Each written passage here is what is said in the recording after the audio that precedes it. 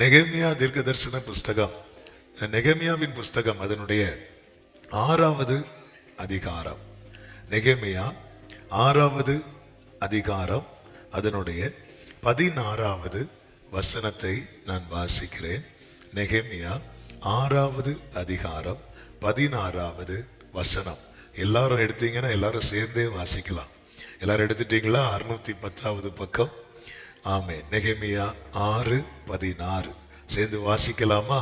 எங்கள் பகைஞர் எல்லாரும் அதை கேட்ட போதும், எங்கள் சுற்றுப்புறத்தாராகிய புறஜாதியான அனைவரும் கண்ட போதும் மிகவும் முனையற்று போய் இந்த கிரியை எங்கள் தேவனால் கைகூடி வந்ததென்று அறிந்தார்கள்.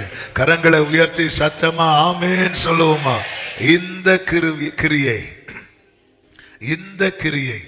எங்கள் தேவனால் கைகூடி வந்ததென்று அறிந்தார்கள். Amen. They realized this work had been done with the help of our God.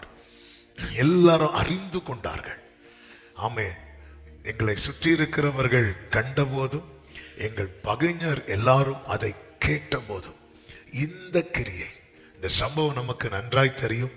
எருசலேமின் அலங்கம் இடிக்கப்பட்டு அதன் வாசல்கள் எல்லாம் அக்கினியால் கொளுத்தப்பட்டு மிகவும் ஒரு பாழடைந்த நிலையில தான் கர்த்தர் கொடுத்த கிருபையின்படியும் திட்டத்தின்படியும் நெகேமியா ஜனங்களை சேர்த்து கொண்டு அலங்கத்தை கெட்ட ஆரம்பிப்பார். அந்த அலங்கம் கெட்ட ஆரம்பித்த நாள் முதல் அதன் முடிகிறது வரைக்கும் பலவிதமான சன்பலாத் தொபியா போன்றவர்களால பலவிதமான நெருக்கம், போராட்டம் இதெல்லாம் நடக்கிறதுக்கு வாய்ப்பே இல்லை என்கிற சூழ்நிலை. அது நடுவில் அதற்கு முந்தின வசனத்தில் சொல்லப்பட்டிருக்கிறது 52 நாளைக்கு உள்ளே என்று சொல்லும் போது ஒரு காரியம் தெளிவாய் தெரிகிறது. அது டிலே ஆகல, அது அதுக்குள்ளதான் முடிஞ்சிருக்கிறது. கட்டப்பட்டு முடிந்தது என்று சொல்லப்பட்டிருக்கிறது. இதை கேட்ட போது, இதை கண்ட போது எல்லாரும் முனையற்று போயினா என்னன்னு தெரியுமா? ஆமே, அவங்க போட்ட திட்டம் இனி செல்லாது என்கிற ஒரு நிலைக்கு வந்துருவாங்க. இனி இவனுக்கு விரோதமாய் நம்ம ஆயுதங்களை உருவாக்கியோ திட்டங்களை போட்டோ ஒரு பிரயோஜனம் இல்லை. இன்னைக்கு நிறைய திட்டங்கள் போடப்படலாம், நிறைய ஆயுதங்கள் உருவாக்கப்படலாம், இதெல்லாம் பிரயோஜனம் இல்லை என்று அவர்களே ரியலைஸ் பண்ணக்கூடிய ஒரு நாளை கர்த்தர் வைத்திருக்கிறார். நம்புறவங்க கரங்களை உயர்த்தி ஆமென் சொல்லுங்க பார்க்கலாம். ஹல்லேலூயா. இந்த கிரியை எங்கள் தேவனால் கைகூடி வந்ததென்று அறிந்தார்கள். நன்றாய் கவனமாய் கேளுங்கள். எந்த ஒரு காரியத்தில் கர்த்தருடைய ஹெல்ப், கர்த்தருடைய ஒத்தாசை இருக்கிறதோ அந்த காரியம் நிச்சயமாக கைகூடி வரும். எந்த ஒரு காரியத்துல கர்த்தருடைய ஹெல்ப் இல்லையோ அந்த காரியம் கைகூடி வராது. ஒரு தேவ பிள்ளை அதனாலதான் எதற்காக தேட வேண்டும் என்றால் அவருடைய ஒத்தாசைக்காக தேட வேண்டும். வேதத்தில் நிறைய வசனங்களை பார்க்க முடியும். ஈசாக்கு விதை விதைத்தான், கர்த்தர் அவனை ஆசீர்வதித்ததினாலே அவன் 100 மடங்கு பலன் அடைந்தான். அவனுடைய பிசினஸ்ல அவன் 100 மடங்கு பலன் அடைய காரணம் என்னவென்றால் கர்த்தருடைய ஹெல்ப் இருந்துச்சு, கர்த்தருடைய ஒத்தாசை இருந்துச்சு. அது மட்டுமல்ல, நன்றாய் தெரிந்த வசனம் சங்கீதம் 127:1, கர்த்தர் வீட்டை கட்டாராகில் அதை கட்டுகிறவர்களின் பிரயாசம் விருதா. ஆமே, தொழிலானாலும் சரி வீடானாலும் சரி யாருடைய ஒத்தாசை இருந்தாதான் நடக்கும் தெரியுமா? கர்த்தருடைய ஒத்தாசை. யாத்திராகமம் 14வது அதிகாரத்தின் 13-14 வசனங்களை பார்க்கும்போது இன்று காண்கிற எகிப்தியரை நீங்க இனி என்னைக்குமே பார்க்க மாட்டீங்க. இந்த யுத்தம் உங்களுடையதல்ல, அது கர்த்தருடையது. கர்த்தர் உங்களுக்காக யுத்தம் பண்ணுவார், நீங்கள் சும்மா இருப்பீர்கள். ஆமென். அப்போ ஒரு பிரச்சனை, ஒரு யுத்தமானாலும் ஒரு வழக்கானாலும் சரி ஆண்டவருடைய சப்போர்ட் இருந்தாதான் ஜெயம் கிடைக்கும். ஆமென். லாபான் ஆபிரகாம் வீட்டு அந்த மூத்த வேலைக்காரரை பார்த்து சொல்லுவார் அல்லவா, ஆமென், இந்த காரியம் கர்த்தரால் வந்தது. எதுக்கு இந்த வசனங்களை எடுத்து சொல்லுகிறேன் என்றால் வீடானாலும் சரி தொழிலானாலும் சரி, ஆமென், வழக்கானாலும் சரி திருமணமானாலும் சரி இப்படி அடுக்கிக் கொண்டே போகலாம். ஒரு தேவ பிள்ளை எதை புரிந்து கொள்ள வேண்டும் என்றால் ஒத்தாசை பரத்திலிருந்து வராமல் எனக்கு ஒரு காரியமும் நடக்காது. ஹalleluya. எனவேதான் எனக்கு ஒத்தாசை வரும் பர்வதங்களுக்கு நேராக என் கண்களை ஏறெடுக்கிறேன். அடுத்த வார்த்தை சொல்லுங்க. எனக்கு ஒத்தாசை பர்வதங்களில் இருந்தல்ல, வானத்தையும் பூமியையும் உண்டாக்கின கர்த்தரிடத்தில் இருந்து. ஹalleluya. அதுதான் இந்த வருடம் கர்த்தர் நமக்கு தந்த வாக்குத்தத்தம். நீர் கொடுக்க நாங்கள் வாங்கிக் கொள்வோம், நீர் உமது கையை திறக்க நாங்கள் நன்மையால் திருப்தியாவோம். என்ன பண்ணியும் எனக்கு காரியம் நடக்கலையே, எவ்வளவு முயற்சி பண்ணியும். ஆமென். இப்படிப்பட்ட கேள்விகள், எண்ணங்கள் முதலாவது நம்மை சுற்றிலும் இருக்கிறவங்க இரண்டாவது அறிந்து கொள்ளட்டும். முதலாவது இது நாம் அறிந்து கொள்ளணும். இந்த கிரியை எங்கள் தேவனால், எங்கள் தேவனால். ஹalleluya. எங்கள் தேவனால் எந்த ஒரு காரியமும் அதுல கர்த்தருடைய ஒத்தாசை இல்லை என்றால் இல்லை. ஆமென். இஸ்ரவேலர்கள், எனவேதான் மோசே ஆண்டவரை பார்த்து இப்படி ஒரு ஜெபம் பண்ணுவாரு. யாத்திராகமம் 33:15-16 உம்முடைய சமூகம் என்னோட கூட செல்லாமல் போனால் எங்களை இவ்விடத்திலிருந்து கொண்டு போகாது. ஆண்டவர், உங்க பிரசன்ஸ் எங்க கூட இல்லைன்னா நாங்க விழுந்துருவோம், எங்களால மூவ் பண்ண முடியாது. அப்ப மோசே தன்னுடைய ஸ்ட்ரெங்தா எதை பார்க்கல தெரியுமா?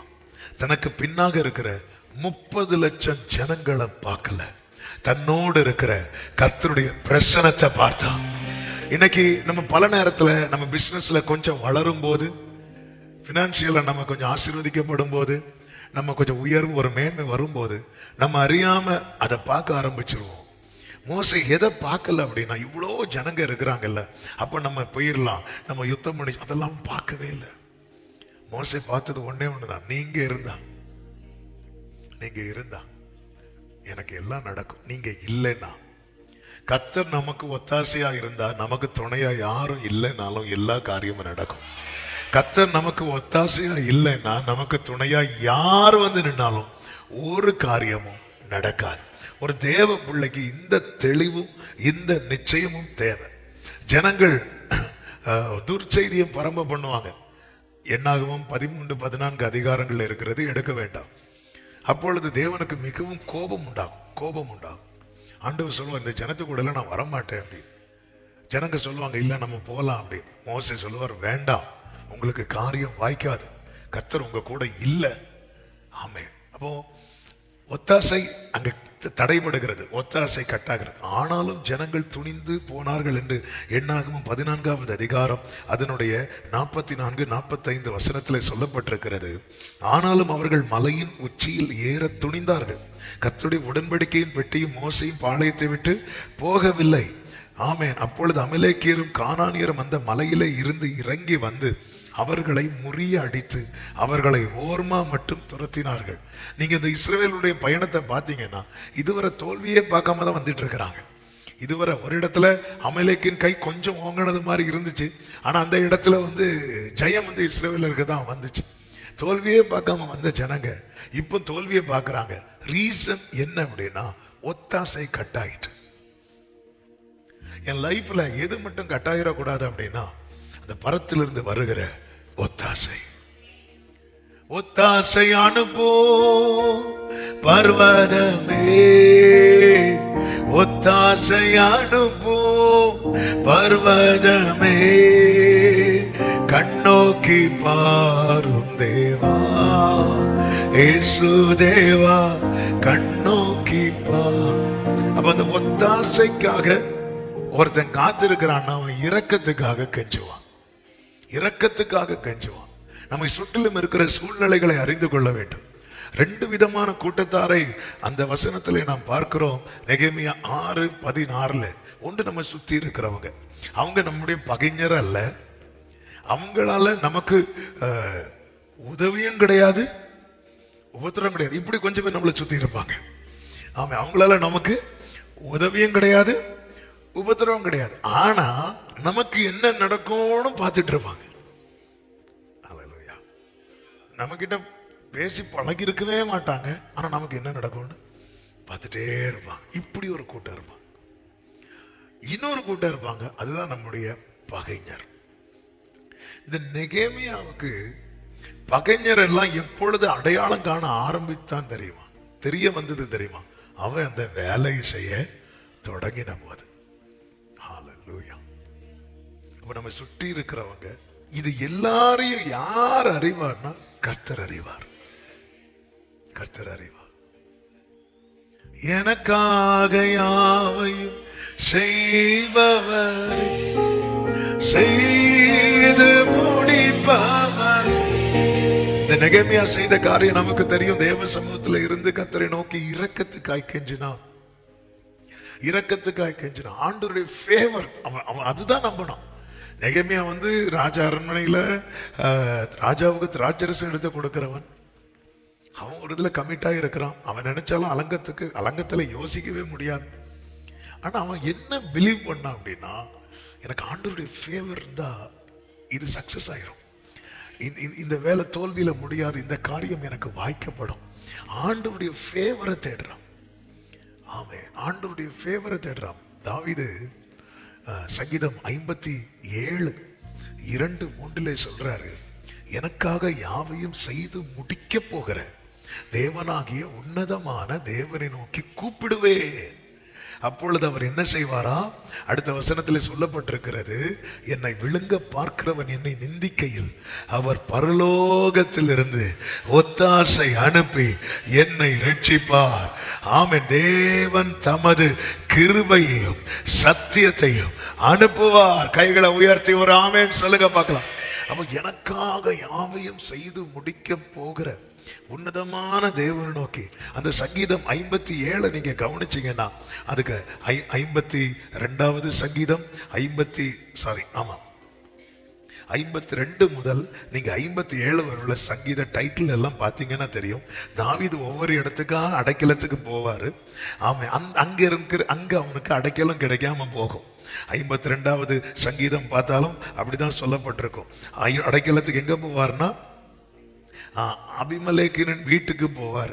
அங்க வந்த செய்தி சவுலுக்கு அறிவிக்கப்பட்டு அங்க இருக்க முடியாம ஓடுவார். அடுத்து 56வது வசனத்தில் நீங்க பாத்தீங்கன்னா அந்த டைட்டில், பெலிஸ்தியர் தாவீதை காத்தூரில் பிடித்த போது தாவீது பாடின சங்கீதம். இப்படி ஒவ்வொரு இடமா ஓடுறாரு, எங்கேயுமே சேஃப் இல்லை அப்படின்னு வரும்போதுதான் 57வது சங்கீதத்தில் ஒரு கெபிக்குள்ள ஓடி போய் உட்கார்ந்து 1வது வசனத்தில் சொல்றாரு, விக்கினங்கள் கடந்து போகும் மட்டும் உமது செட்டைகளின் நிழலிலே வந்து அடைவேன். என்ன அதன் அர்த்தம்? எனக்கு ஒத்தாசை நிரந்தரமாய் செய்கிறது கர்த்தர் மட்டும்தான். மீது எல்லாரும் கொஞ்சம் நிற்பாங்க, ஒரு பிரச்சனை அவங்களுக்கும் வருதுன்னா விட்டுட்டு போயிடுவாங்க. அப்போ தேவ சமூகத்தில் அந்த செட்டையின் நிழலில் அமர்ந்து கேட்கலாம், செட்டையின் நிழலில் அமர்னாங்க எக்ஸாக்டா எந்த இடத்துல போய் உட்காரணும்? நீங்க இருக்கிற இடம் தான். நீங்க இருக்கிற இடம் தான். நீங்க அப்படி அவரை அடைக்கலமாய் பார்க்கணும். எனக்கு அடைக்கலமான கர்த்தரை உனக்கு தாபரமாக கொண்டாய், ஆகையால் வாதை உன் கூடாரத்தை அணுகாது. அப்ப நீரின் அடைக்கலம் ஆண்டவர், நீங்க தான்ப்பா என் பாதுகாப்பு. அபிமெலேக்கோ காத்தூராரோ கிடையாது, அல்லது மற்ற யாரோ கிடையாது. எனக்கு பாதுகாப்பு, எனக்கு அடைக்கலம் சாமுவேலோ யோனத்தானோ சவுலோ கிடையாது. ஆண்டவர் நீங்க தான். ஆண்டவரே உங்க ஒத்தாசை தானப்பா விக்கினங்கள் கடந்து போக மட்டும் உம்முடைய செட்டையின் நிழலிலே. ஆமென். அப்ப ஒத்தாசை, எனக்காக யாவையும் செய்து முடிக்க போகிற தேவனை நோக்கி கூப்பிடுவேன் இரக்கத்துக்காக. ஆண்டவருடைய ஃபேவர் உங்களுக்கு இருக்கும்னா எத்தனை தடைகள் வந்தாலும், அது எந்த காரியமானாலும் சரி, அது இம்மைக்குரிய காரியமானாலும் சரி, மறுமைக்குரிய காரியமானாலும் சரி, எத்தனை தடைகள் வந்தாலும் அந்த காரியம் கைகூடி வரும். இந்த காலை வேளையில தீர்க்க தரிசனமாய் கர்த்தருடைய ஆவியானவர் தருகிற வார்த்தை இதுதான். உனக்கு பரலோக ஒத்தாசை இருக்குமானால் நீ நினைக்கிற, நீ பிரயாசப்படுகிற ஆமென் காரியங்கள் எல்லாம் நிச்சயம் கைகூடி வரும். தானியேல் 4:35 சொல்லப்பட்டிருக்கிறது. ஆமென். புத்தி தெளிந்த நேபுகாத்நேச்சர் சொல்லுகிறார், பூமியின் குடிகள் எல்லாம் ஒன்றுமில்லை என்று எண்ணப்படுகிறார்கள். அவர் தமது சித்தத்தின்படியே வானத்தின் சேனையையும் பூமியின் குடிகளையும் நடத்துகிறார். வானத்தின் சேனையும் கர்த்தர் எப்படிதான் நடத்துகிறார் தெரியுமா? தமது சித்தத்தின்படி. வானத்தின் சேனையே சித்தத்தின்படி நடத்துகிற தேவனுக்கு பூமியின் குடிகளை நடத்த தெரியாதா? அடுத்த வார்த்தையை பாருங்கள், அவருடைய கையை தடுத்து அவரை நோக்கி என்ன செய்கிறீர் என்று சொல்லத்தக்கவன் ஒருவனும் இல்லை. அதன் அர்த்தம் என்ன? ஆண்டவருடைய ஒத்தாசை இருக்கும்னா அந்த காரியத்துல நம்முடைய கை மட்டும் வேலை செய்யாது, அவருடைய கையும் வேலை செய்யும். ஆமே, சன்பலாத்தும் தோபியாவும் ஒருவேளை நெகேமியா கையை தடுக்க முடியலாம், ஆனா நெகேமியாவுக்கு உதவியா இருக்கிற கர்த்தரின் கையை தடுக்க முடியாது. எனவே ஒரு தேவ பிள்ளை இதுலதான் நம்ம பல நேரத்தில் இவங்க தடுத்துருவாங்க, இதுக்கு மேல நம்மள முன்னேற விட மாட்டாங்க. இன்னைக்கு நிறைய இடத்துல மனுஷரை இப்படி பெரிய பர்வதமாய் வைத்திருக்கிறோம். ஒரு தேவ பிள்ளைக்கு பரலோக ஒத்தாசை இருக்கணும். அந்த தேவ பிள்ளை தைரியமாய் சொல்லுவான், ஏ பெரிய பர்வதமே நீ எம்மாத்திரம் செருபாபேலுக்கு முன்பதாக சமபூமியாவாய். எத்தனை எதிர்ப்புகள் தடைகள் வந்தாலும் ஒரு தேவ பிள்ளை அறிந்து கொள்ள வேண்டும், உலகத்தில் இருப்பவனிலும் எந்த சன்பலாத்து தோபியாவை பார்க்கிலும் என்னோடு இருக்கிறவர் பெரியவர்.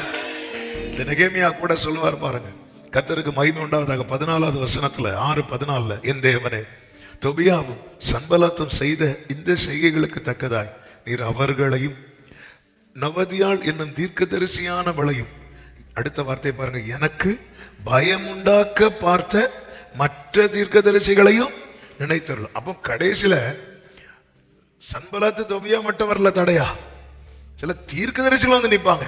அவ்வளவுதான், இதுல இந்த வீடு வேலை நீ ஆரம்பிச்சு 3வது நாள் அவுட்டு அப்படிமா, அதோட முடிஞ்சு. பயம் உண்டாக, ஏன்னா நமக்கு இந்த சத்ரு நம்மளை ஏதாச்சும் சொன்னா நமக்கு பயம் வராது. யாராவது வந்து ஆண்டவர் இப்படி சொல்றாரு, அவ்வளவுதான் உனக்கு. நீ 4வது என்ன ஏதோ ஒரு பாம்பு சொல்லுவாங்களே, 8 அடியா, பாம்பு கடிச்சு 8 அடி எடுத்து வச்சா ஆளு அவுட்டு. அது ஆனா பாம்பு கடிச்சாலும் 8 அடி எடுத்து வச்சுக்கலாம், ஆனா சிலர் கடிச்சா 3 அடி கூட எடுத்து வைக்க முடியாது. நெகேமியாவை யாரெல்லாம் பயமுறுத்துறாங்க பாத்தீங்களா? ஹல்லேலூயா. அப்படி ஆண்டவர் நினைத்தருளும் என்றான்.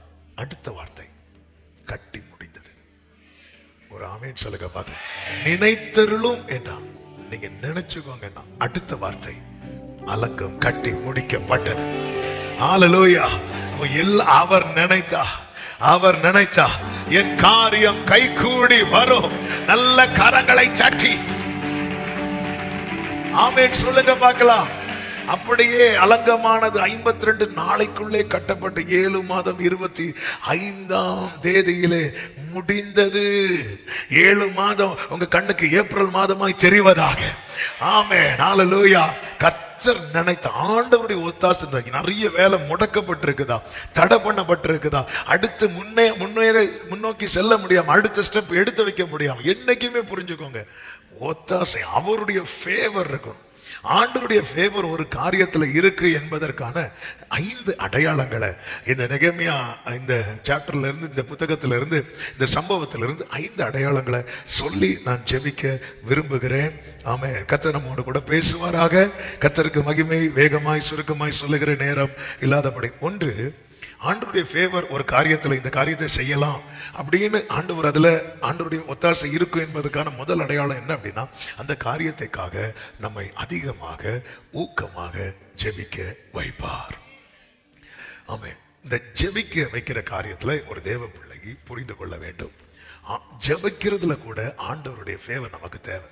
நல்லா புரிஞ்சுக்கோங்க. ஒரு அந்தகார வேளை வந்தது. இயேசு கிறிஸ்து அந்த கெத்செமனே தோட்டத்தில் போகும்போது, அப்பொழுது சீஷர்களால என்ன பண்ண முடியல தெரியுமா? ஜெபிக்க முடியல. அதான் உண்மை. ஆனா அதே சீஷர்களுக்கு என்ன ஆண்டவர் பிராமிஸ் பண்ணிட்டு போனார்னா, ஹோலி ஸ்பிரிட் பிராமிஸ் பண்ணிட்டு போனார். இனி காத்திரு அப்படின்னார். 1 மணி நேரம் ஜெபிக்க முடியாத அந்த சீஷர்கள் 10 நாள் ஜெபம் பண்றாங்க. எப்படி இது சாத்தியமாச்சு? ஒரு காரியத்தை கர்த்தர் உங்களுக்கு கைகூடி வர பண்ண போகிறார் என்பதற்கான முதல் சைன் என்ன தெரியுமா? உங்களை அந்த காரியத்துக்காக அதிகமாய் ஜெபிக்க வைப்பார். ஒரு குறிப்பிட்ட காரியத்துக்காக உங்களை ரொம்ப ஜெபிக்க வைக்கிறார்னா, தளராத, சோர்ந்து போகாத, அதுல பரலோக ஒத்தாசை உனக்கு நிச்சயம் உண்டு. காரியம் கைகூடி வரும். நம்புறவங்க கைகளை உயர்த்தி ஆமென் சொல்லுங்க பார்க்கலாம். நீங்க நெகேமியா 1வது அதிகாரத்திலிருந்து 6வது அதிகாரம் வரைக்கும் நீங்க வீட்டுல போய் படிச்சீங்கன்னா எல்லா இடத்திலையும் நெகேமியா ஜெபித்து கொண்டிருக்கிறதை பார்க்க முடியும். ஒரு வசனத்தை பார்க்கலாம். நெகேமியா 4வது அதிகாரத்தின் 9வது வசனம். அதிலே சொல்லப்பட்டிருக்கிறது, ஆனாலும் நாங்கள் எங்கள் தேவனை நோக்கி ஜெபம் பண்ணி அவர்கள் நிமித்தம் இரவும் பகலும் ஜாமம் காக்கிறவர்களை வைத்தோம். ஆனாலும் நாங்கள் எங்கள் தேவனை நோக்கி ஜெபம் பண்ணி, ஜெபம் கட்டாகல, வேலை கொஞ்சம் ஸ்லோவாச்சு. இப்படியெல்லாம் நிறைய போராட்டம் வந்துச்சு. யூதர்களே சொன்னாங்க, நம்மளால முடியாது, எங்க பலனெல்லாம் போகுது, எல்லாமே டவுன் ஆச்சு. ஆனா எது மட்டும் டவுன் ஆகல தெரியுமா? பிரேயர் டவுன் ஆகல, ஜெபம் குறையல. ஒரு காரியத்துக்கு இது தேவனுடைய ஒத்தாசை. அதான் ஆண்டவர் ஜெபிக்க ஏவுவார். ரொம்ப பேர்டனா இருக்கும். அவர் துக்கத்தோடு, நெகேமியா 1:4 படிச்சீங்கன்னா தெரியும், அவர் அழுறாரு, துக்கத்தோடு உபவாசித்து மன்றாடி பரலோகத்தின் தேவனை நோக்கி அப்படி ஜெபம் பண்ண வாயை திறந்தா வரக்கூடிய வார்த்தைகள் எல்லாம் பார்த்தீங்கன்னா இந்த நெகேமியா 1 ஃபுல்லாவே நெகேமியாவின் ஜெபம். அப்படி என்னெல்லாம் வார்த்தையா வருது, வார்த்தையா வருது.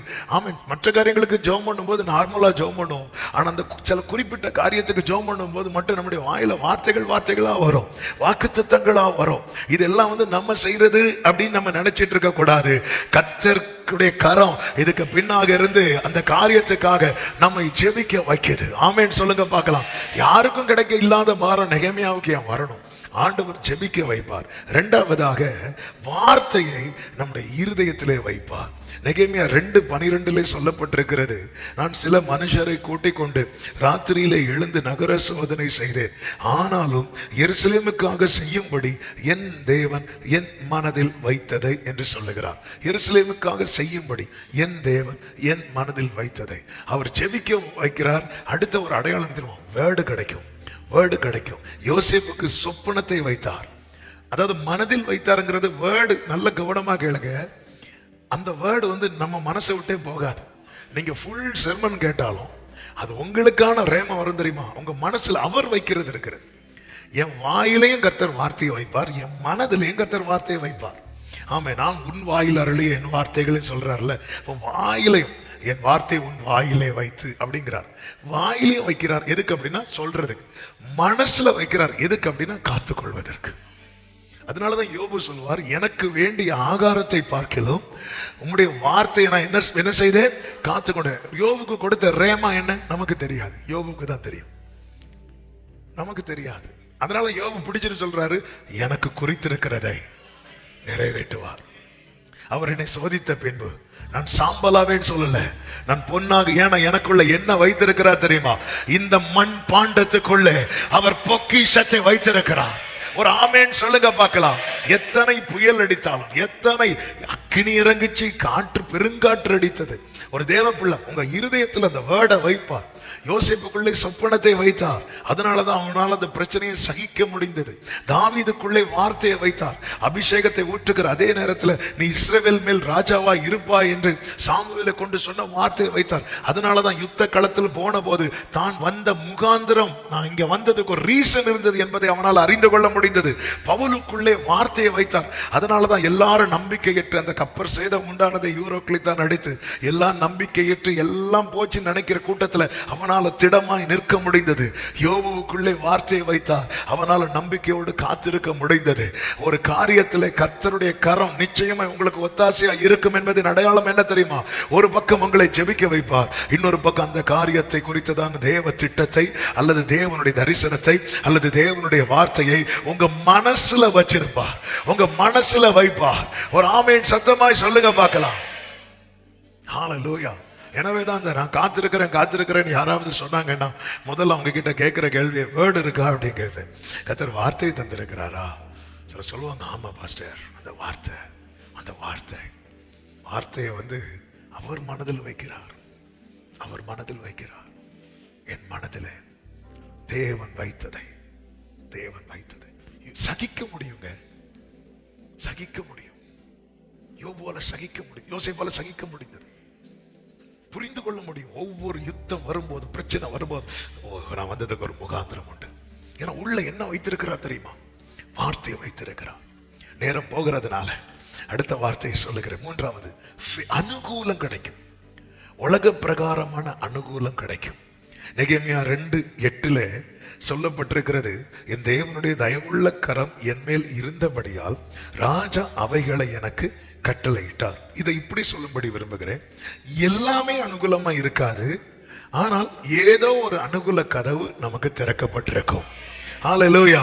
நீங்க கவனிச்சீங்கன்னா தெரியும், யோசேப்பு சகோதரர்களை பார்க்க புறப்பட்டு வருவான். 12 பேர்ல சின்ன பையன் யாருன்னா பென்யாமின். அவன் எங்க இருக்கிறான்னா வீட்டில் இருக்கிறான்.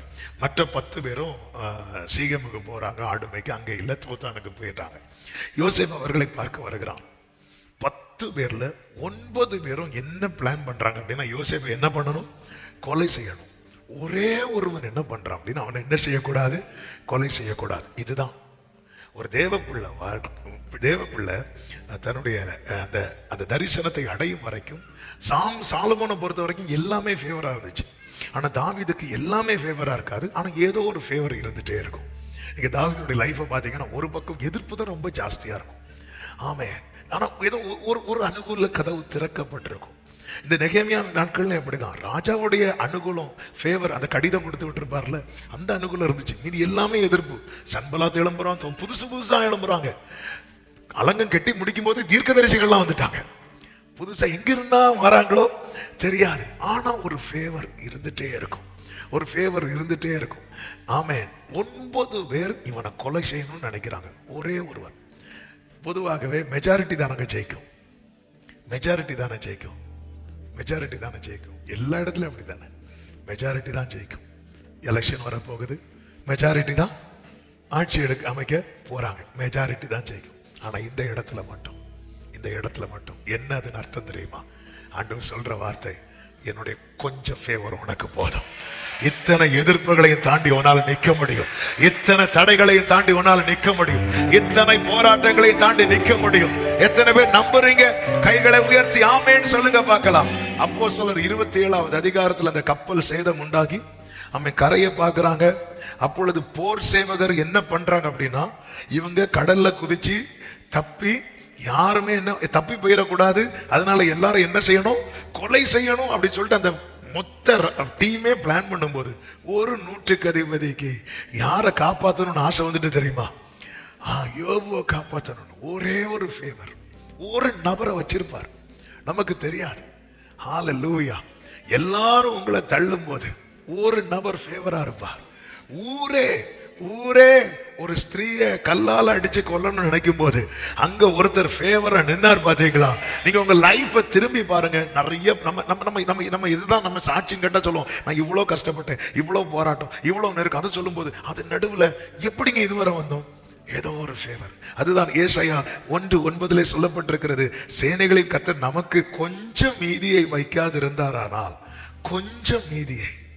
ஆமே, நாம் சோதமை போலாகி கோமராவுக்கு ஒத்திருப்போம்.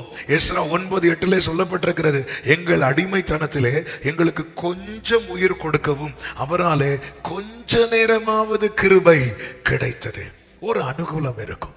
எல்லாமே அனுகூலமா இருக்குமா? இருக்காது. எல்லாருக்கும் சிலருக்கு எல்லாமே ஃபேவரா இருக்கும், ஆனா சிலருக்கு எல்லாம் ஃபேவரா இருக்காது. ஏதோ ஒண்ணு. யோசேப்பு கொண்டு போகப்பட்டு நேர சிறைச்சாலைக்கு தான் கொண்டு போகப்பட்டான். அந்த இடத்துல எல்லாரும் யோசேப்பு மேல தயவு வச்சாங்கன்னு, சிறைச்சாலை யார் கண்ணில் தய கிடைக்கணுமோ அவங்க கண்ணில் தய கிடைக்கும். ஆமே. சிலர் உங்களுக்கு தய செய்யலைன்னா நீங்க அதை நினைச்சு ஒரே பண்ணாதீங்க. யார் கண்ணில் தய கிடைக்கணுமோ அவங்க கண்ணில் தய கிடைக்கும். கைகளை உயர்த்தி ஒரு ஆமேன்னு சொல்லுங்க பார்க்கலாம். ஹல்லேலூயா. போர்த்திபாரின் வீட்டுல யோசேப்பு மேல ஒரு பொய்யான குற்றச்சாட்டு வைக்கப்பட்டிருக்கிறது. யோசேப்புடைய நீதி நியாயம் கண்டிப்பா எடுபடும். அப்ப அடிமையாய் கொண்டு வரப்பட்டு சிறைச்சாலையில போடப்பட்டு ஃபேவர் வந்துச்சுங்கிறது ஓகே. நல்ல அழகான பையன், சின்ன வயசு 17 வயசு பையன், இப்படி பண்ணிட்டாங்களே கேட்டிருப்பான். இப்படிப்பா நீ எங்கிருந்துப்பா வந்த? என் சகோதரெல்லாம் சேர்ந்து என் வஸ்திரத்தெல்லாம் கிழிச்சு இப்படி பண்ணிட்டாங்க, பிரதர்ஸே பண்ணிட்டாங்களா? ஐயோ பாவம். இப்படி ஃபேவர் வர்றதுக்கு ஒரு வாய்ப்பு இருக்கு. ஆனா போர்த்திபாரின் வீட்டுல இப்படி ஒரு குற்றச்சாட்டோடு சிறைச்சாலையில போறவனுக்கு என்ன ஃபேவர் கிடைக்கும்? ஆனாலும் பைபிள் சொல்லுகிறது, கர்த்தர் கிடைக்க பண்ணினார். கர்த்தர் கிடைக்க பண்ணினார். சிறைச்சாலை கண்கள்ல தயவு கிடைக்க பண்ணினார். இந்த நாளில கர்த்தர் ஒரு காரியத்தை உங்களுக்கு செய்ய தீர்மானித்திருக்கும் போது பல எதிர்ப்புகளை கண்டு இந்த காரியம் நடக்கவே நடக்காது, தடைகளை கண்டு அப்படி நீங்க நினைக்காதிருங்கள், எண்ணாதிருங்கள்.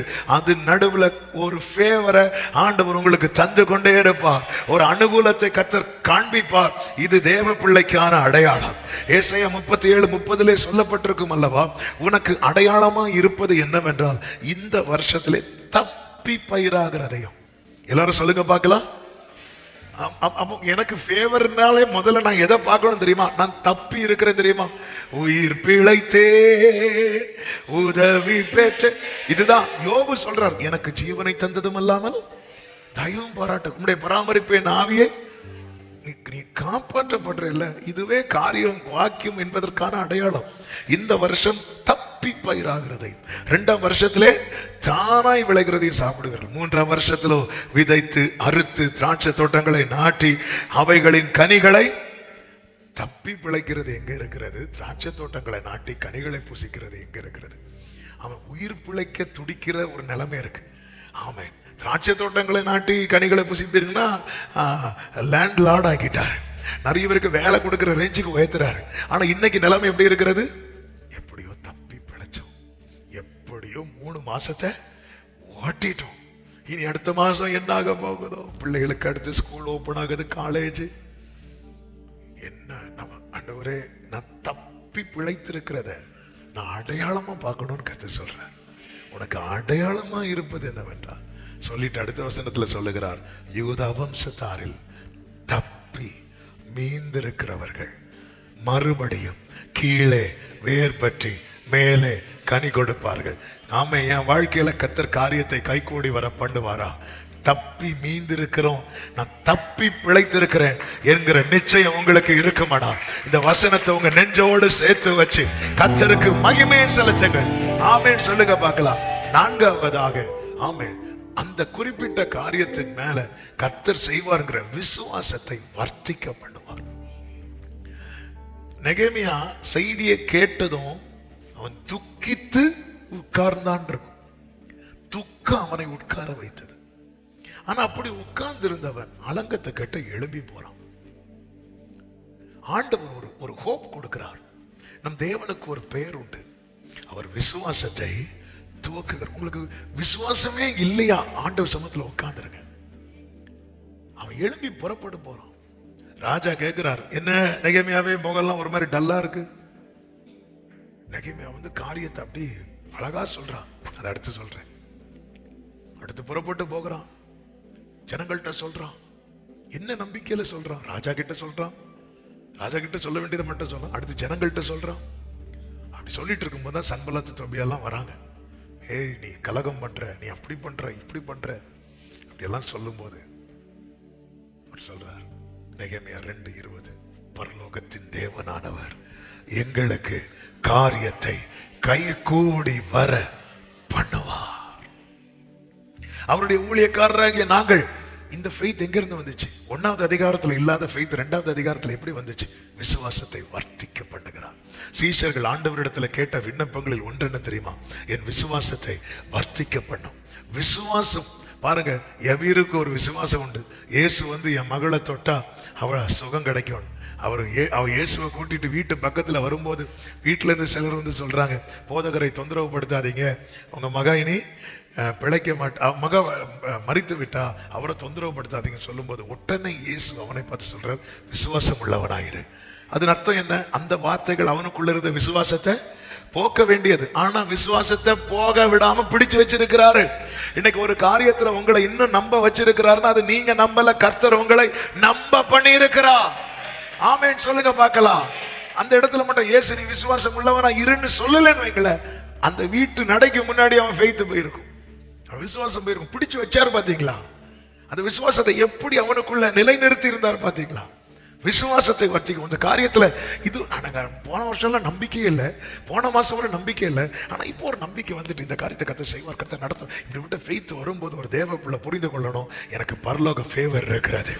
ஹல்லேலூயா. ஒரு காரியத்துல கர்த்தர் உங்களை ஜெபிக்க வைக்கிறாரா, ஒரு அனுகூலத்தை காண்பிக்கிறாரா, ஆமென். வார்த்தை தராரா? விசுவாசத்தை வர்த்திக்க பண்ணுகிறாரா? உங்களுக்கு பரலோக ஃபேவர் இருந்தா என்ன? இன்னைக்கு நம்ம வாசித்த வசனம் தான் நெகேமியா 6:16. ஆமென். இதை உங்களை சுற்றிலும் இருக்கிறவர்கள் உங்கள் பகைக்கிறவர்களும் கேட்டு கண்டு முனையற்றவர்களாகி இந்த கிரியை எங்கள் தேவனால் கை கூடி வந்ததென்று அறிவார்கள். கரங்களை உயர்த்தி ஆமென் சொல்லுங்க பார்க்கலாம். ஐந்தாவது ஒரு காரியம், அதுதான் ஞானத்தை தருவார். ஞானமாய் செயல்பட வைப்பார். ராஜா கிட்ட போய் நான் அலங்கத்தை எல்லாம் கட்டணும் அப்படிலாம் சொல்ல மாட்டார். வார்த்தையும் எப்படி பேசணுங்கிற ஞானத்தை கொடுக்கிறார். 2:5 சொல்லப்பட்டிருக்கிறது, ராஜாவுக்கு சித்தமாயிருந்த அடியனுக்கு சமூகத்தில் தயை கிடைத்தால் என் பிதாக்களின் கல்லறைக்கும் பட்டணத்தை கட்டும்படி யூதா தேசத்துக்கு நீர் அனுப்ப வேண்டி கேட்டுக்கொள்ளுகிறேன் அப்படின்னு சொல்லிட்டு அப்படி மெதுவா சொல்றார், ஒவ்வொன்னா சொல்றார். அடுத்து நீங்க பாத்தீங்கன்னா 12வது வசனத்துல பாத்தீங்கன்னா, ஆனாலும் எருசலேமுக்காக செய்யும்படி என் தேவன் என் மனதில் வைத்ததை நான் ஒருவருக்கும் அறிவிக்கவில்லை என்று சொல்லுகிறார். அதே 2வது அதிகாரம் அதனுடைய 17வது வசனத்துல, பின்பு நான் அவர்களை நோக்கி எருசலேமை கட்டுவோம் வாருங்கள் என்று சொல்லி இப்படி அவர்களுக்கு அறிவித்தேன் என்று சொல்லுகிறார். அப்போ நீங்க பாருங்க, எங்க பேசணும் எங்க பேசக்கூடாது, என்ன பேசணும் என்ன பேசக்கூடாது, இது ஒரு தேவ பிள்ளைக்கு ரொம்ப முக்கியம். ஒரு காரியத்தை தேவன் நம்முடைய வாழ்க்கையில வாய்க்க பண்ணணும்னு வரும்போது அந்த காரியத்தில் அப்படிப்பட்ட அதுக்கு தான் இதுக்கெல்லாம் ஒரு அஸ்திபாரமா இருக்கிறது என்ன தெரியுமா? தேவ சமூகத்தில் அமர்ந்து ஜெபிக்கிறது. ஆண்டவர் அந்தந்த தருணத்துல என்ன செய்யணுமோ அந்த ஞானத்தை அந்த கிருபைகளையும் தருவார். அதனாலதான் வேதம் சொல்கிறது, உங்களில் எவனாகிலும் ஞானத்தில் குறைவுள்ளவனா இருந்தா. நம்ம இந்த வசனத்தை சின்ன பிள்ளைங்களுக்கு மட்டும் திணிச்சிட்டு இருக்கிறோம். கரெக்டா இல்லையா? அந்த வசனம் நேரம் யாருக்கு தான் தள்ளுறோம் தெரியுமா? படிக்கிற பிள்ளைகளுக்கு தள்ளுறோம்.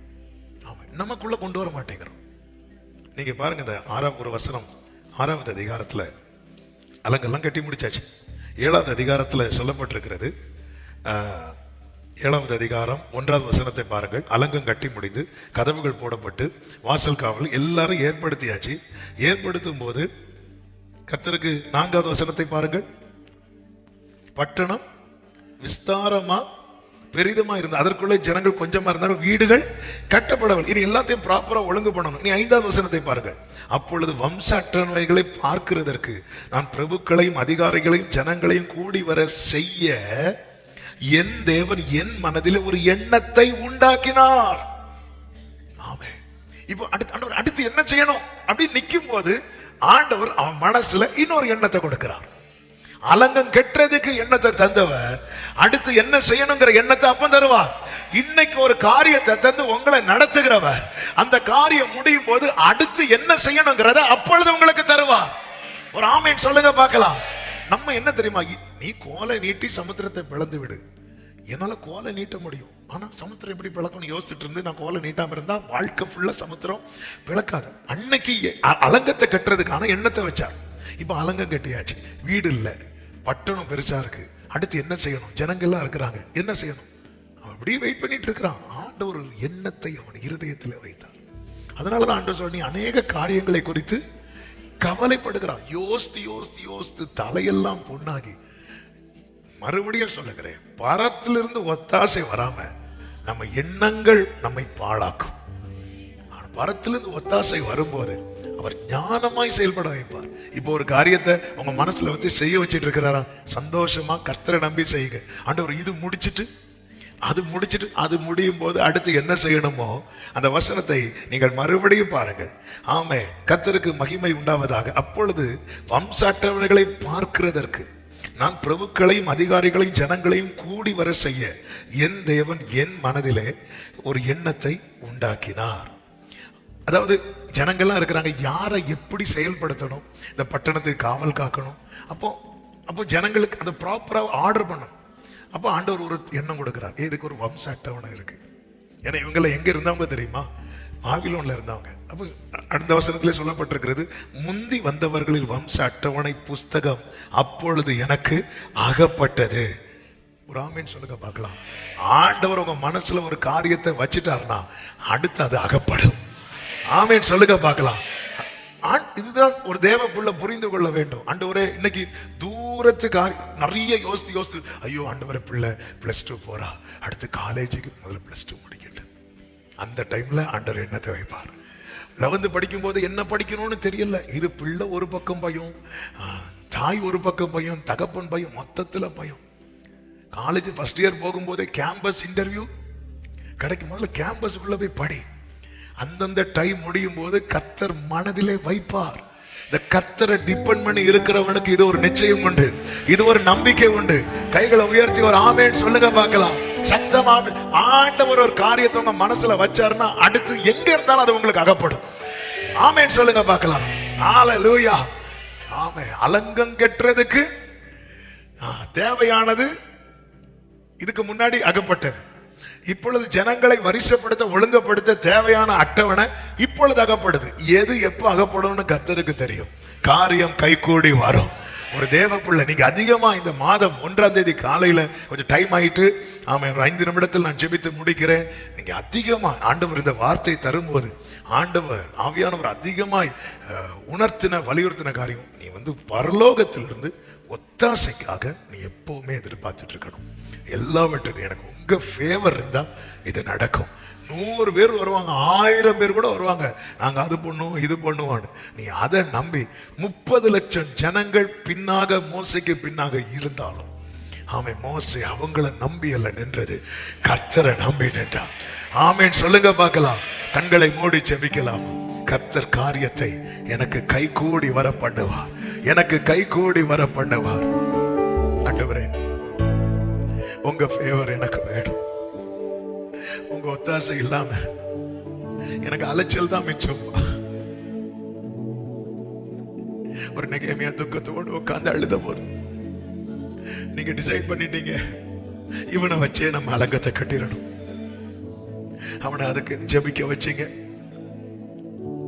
ஆண்டவர் விசுவாசத்தை வர்த்திக்க பண்ணீங்க. வார்த்தை திட்டத்தை கொடுத்தீங்க. அனுகூலத்தை எல்லா இடத்துல ஒரு ஃபேவரை கத்து கொடுத்துட்டே இருந்தீங்க. எங்க எப்படி செயல்படுங்கிற நல்ல ஞானத்தை கொடுத்தீங்க. அப்படி முடிஞ்ச 2 கைகளை அப்படி விரித்து வானத்துக்கு ஆண்டவர் ஏப்ரல் 1ஆம் தேதி காலையில் உங்க சமூகத்துல நிக்கிறோம். உங்க உதவி இல்லைன்னா எனக்கு ஒரு காரியம் நடக்காதுப்பா, எனக்கு ஒரு காரியம் நடக்காதுப்பா. இந்த காலை வேளையில உங்க உதவிக்காய் கெஞ்சுகிறோம். என்னை விழுங்க பார்க்கிறவர் என்னை நிந்திக்கையில் கர்த்தர் பரலோகத்திலிருந்து எனக்கு ஒத்தாசை அனுப்பினார்.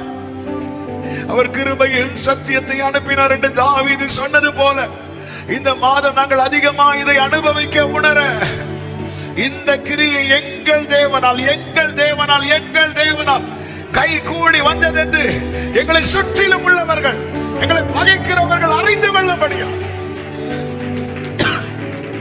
கர்த்தர் கிருபை செய்வீராக, கர்த்தர் அனுகிரகம் செய்வீராக. உங்க ஒத்தாசை அனுப்பு. ஒவ்வொருவரையும் ஆட்கொள்ளும். எந்தெந்த காரியங்கள் யார் வாழ்க்கையில அப்ப இன்னும் தடையா இருக்கிறதும், முடங்கி இருக்கிறதும், பாதியில நிக்குதும், அந்த காரியங்களுக்கு இந்த நேரத்திலிருந்து ஒரு துவக்கம் மீண்டும் உண்டாவதாக, மறுபடியும் கட்டி எழுப்பப்படுவதாக. மறுபடியும் இந்த காரியம் பாழானது பார்க்கிறவர்கள் பார்வைக்கு அது இன்றைக்கு பாழா இருந்தாலும் அது பயிரிடப்படும் என்று சொன்ன எசேக்கியேல் 36 சொல்லப்பட்ட வார்த்தையின்படி கர்த்தர் காரியத்தை வாய்க்க பண்ணி உம்முடைய நாமத்துக்கு மகிமை வரப்படும். ஒவ்வொருவரை ஆட்கொள்ளும். இந்த மாதம் முழுவதும் உங்க கிருபை, உங்க பிரசன்னம், உங்க பாதுகாப்பு பிள்ளைகளோடு இருக்கட்டும். ஆண்டவரே, அதை ஃபீல் பண்ணட்டும். ஒவ்வொரு பிரயாசத்தின் பலனை காணணும். இந்த காரியங்கள் எல்லாம் கைகூடி வருகிறதை பார்க்க அப்பா ஆண்டவரே கண்டு மகிழ உம்மை துதிக்க உம்முடைய பிள்ளைகளுக்கு கிருபை செய்தரணும். கண்மணி போல காத்துக்கொள்ளும். ஆண்டவரே, சத்துருக்களை முனையற்று போக பண்ணுகிறவரே, எல்லா எதிரான திட்டங்கள், எதிரான ஆயுதங்கள் முனையற்று இனி இந்த ஆயுதத்தை வச்சு ஒரு யூஸும் இல்லை, ஒன்று பிரயோஜனம் இல்லைங்கிற நிலைக்கு கத்து தள்ளுவீராக. கிருபை உண்டாகட்டும். போக்கில வரத்திலும் காத்துக்கோங்க. கர்த்தருடைய ஆளுகை இருக்கட்டும். இந்த ஆண்டவரே மாத சபையில் நடக்கிற ஊழியங்கள், வெளி ஊழியங்கள் எல்லாவற்றையும் கர்த்தர் ஆட்கொண்டு பொறுப்படுத்தி நடத்துங்க. விசேஷமா இந்த வாரத்தில் இருக்கிற Good Friday service, baptism service, youth fest, ஆண்டவரே கம்யூனிட்டி சர்வீஸ் எல்லாவற்றையும் கர்த்தர் ஆட்கொண்டு ஆசீர்வதித்து இப்படி நாம மகிமைக்காய் நடத்தி தருவீராக. அர்ப்பணிக்கிறோம். எல்லா மகிமை கனம் உமக்கே செலுத்துகிறோம். இரட்சகர் இயேசுவின் நாமத்தில் பிதாவே, ஆமென். சேர்ந்து சத்தமாய் சொல்லுவோம். என் ஆத்துமாவே கர்த்தரை ஸ்தோத்திரி, முழுவலுமே அவருடைய பரிசுநாமத்தை ஸ்தோத்திரி. என் ஆத்துமாவே கர்த்தரை ஸ்தோத்திரி. கர்த்தர் செய்த சகல உபகாரங்களை மறவாதே. ஆமே. நம்முடைய கர்த்தராகிய இயேசு கிறிஸ்துவின் கிருபையும் பிதாவாகிய தேவனுடைய அன்பும் பரிசுத்த ஆவியானவருடைய ஐக்கியமும் சிநேகமும் பாதுகாவலும் நம் அனைவரோடும் எல்லா பரிசுத்தவான்களோடு கூட கர்த்தருடைய வருகை மட்டும் தங்கி இருப்பதாக. ஆமென். ஹல்லேலூயா. God bless you. கர்த்தர் உங்களை ஆசீர்வதிப்பாராக. ஆமென்.